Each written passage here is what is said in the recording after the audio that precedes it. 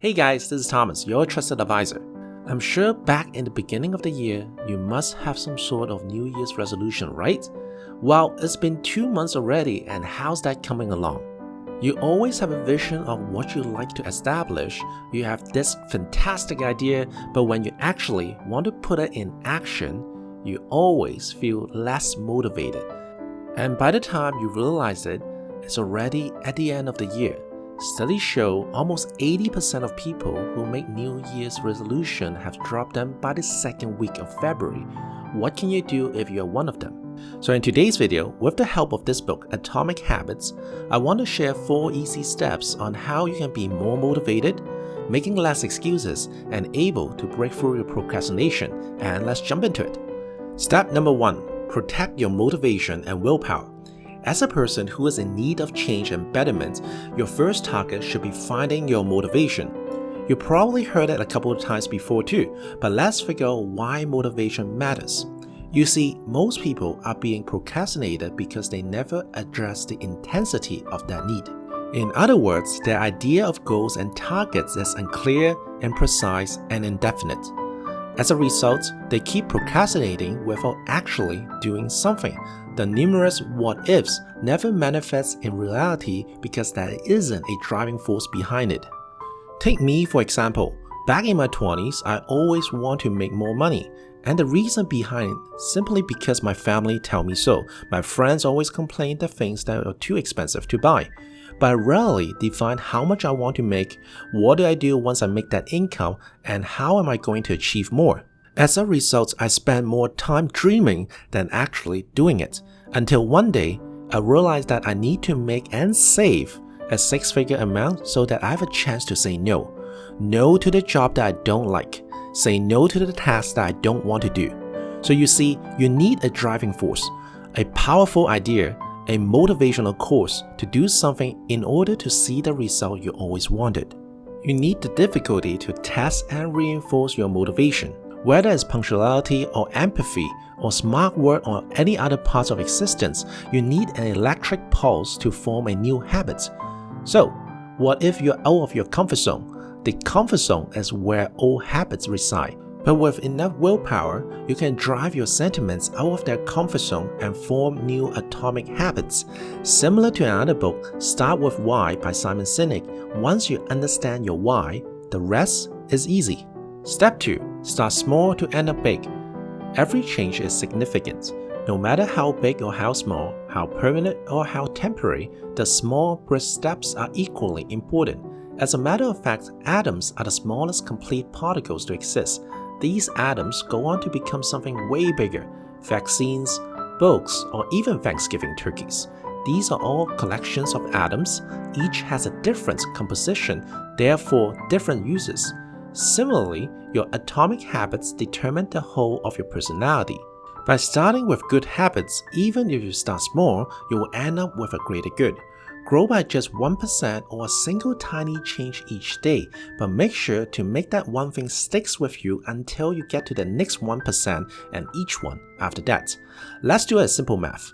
If we can improve 1% better every day, and we do that for 1 whole year, you will end up 3,800% better already. Vice versa, if you're 1% worse every day for 1 whole year, then you lost 97% of the value. This is why small choices don't make much of a difference at a time, but add up over the long term. So all you need to do is just do one thing different every day that you know is good for you, and it will add up. Step 3. Redesign your environment to support new habits. Can you leave a want-to-quit smoking person behind in a room full of cigarettes and with other smokers? Nope, the goal is too hard, the impulse is too overpowering, and the environment is way too overstimulating. Habits breed on the circumstances they are practiced under. This is why gyms have upbeat songs, and when you go to spa, there's always a relaxation music. The author suggests 2 ways to design your environment to adapt new habits. One way is to make the action itself become super easy. He suggests a 2-minute rule. Chop your new habits into a 2-minute action and do it right away. For example, instead of reading every day, make it become reading a page. Instead of thinking you want to run for 30 minutes, just tie your running shoes first. Things that is simple and you can finish it under 2 minutes. The goal is not to complete the task. The key is to master the beginning of the habits. The other way to do this is temptation bundling. What do you like to do as hobby and tie that to your new habit? The book mentioned there's an electrical engineering student in Ireland. He enjoyed watching Netflix, but he also knew that he should exercise more often than he did. Putting his engineering skill to use, he modified his stationary bike and connected it to his laptop and television. Then he wrote a computer program that would allow Netflix to run only if he was cycling at a certain speed. The show will pause if it stops paddling, so instead of Netflix and chill, he managed to Netflix and bike. Neither way, the point is to break the current pattern and expand your comfort zone. Step 4. Believe in your possibilities. The most meaningful changes in life aren't always pleasant. They are here to test if you actually have faith in the dynamic nature of life and the habits you fill in with. Simply put, you need to have a firm belief in the fact that you're capable of building useful habits and quitting the ones that hold you back. It implies that you need to believe that another you, a new you, a better you is possible. On a more serious note, this also means that you don't just copy new habits that someone else practices. Believing in yourself and your space gives way to the concept that you can navigate your way around your life's obstacles. Couple years ago, I met a client who was in a heavy debt cycle. When I first met him, he was making minimum wage, but his credit card payments was more than 80% of his paid. One of the reasons that his debt was so high simply because he wanted to take a shortcut to financial freedom. Therefore, he joined many online guru classes, tapped out his credit card to invest, tried this and that. The thing is, this client never fully commit and practice. He jumped to the other boat before he saw the results. How we're able to bring him out of the debt was quite simple. Every time he wants to invest into a new opportunity, we reminded him the pros and cons for his action. And more importantly, we always ask the question, do you truly believe in yourself that this will create a better version of you? And how do you stick to that belief? You need to understand how capable you are finding solutions to your problems.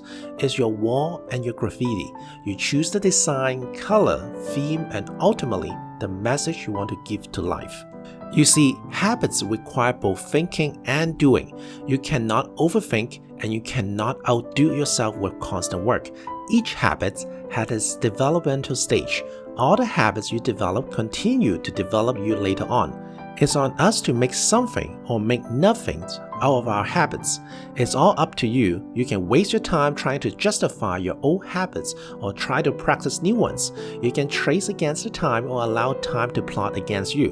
When life gives us lemons, some make lemonade, some plant a seed and grow a garden, and some keep complaining about how they never liked lemons in the first place. And believe it or not, you get to choose which one you are. So, the first action you need to do is give this video a like, because with your action, it allows more people to see this video and make 1% different in their lives. There's still tons of things in this book that I didn't go through, so I highly encourage you to read it. Remember, it's about making a small decision, making one action difference every time, and I'm sure you'll be 38 times better a year from now. Thanks for watching this. This is Thomas, and I will see you in the next video.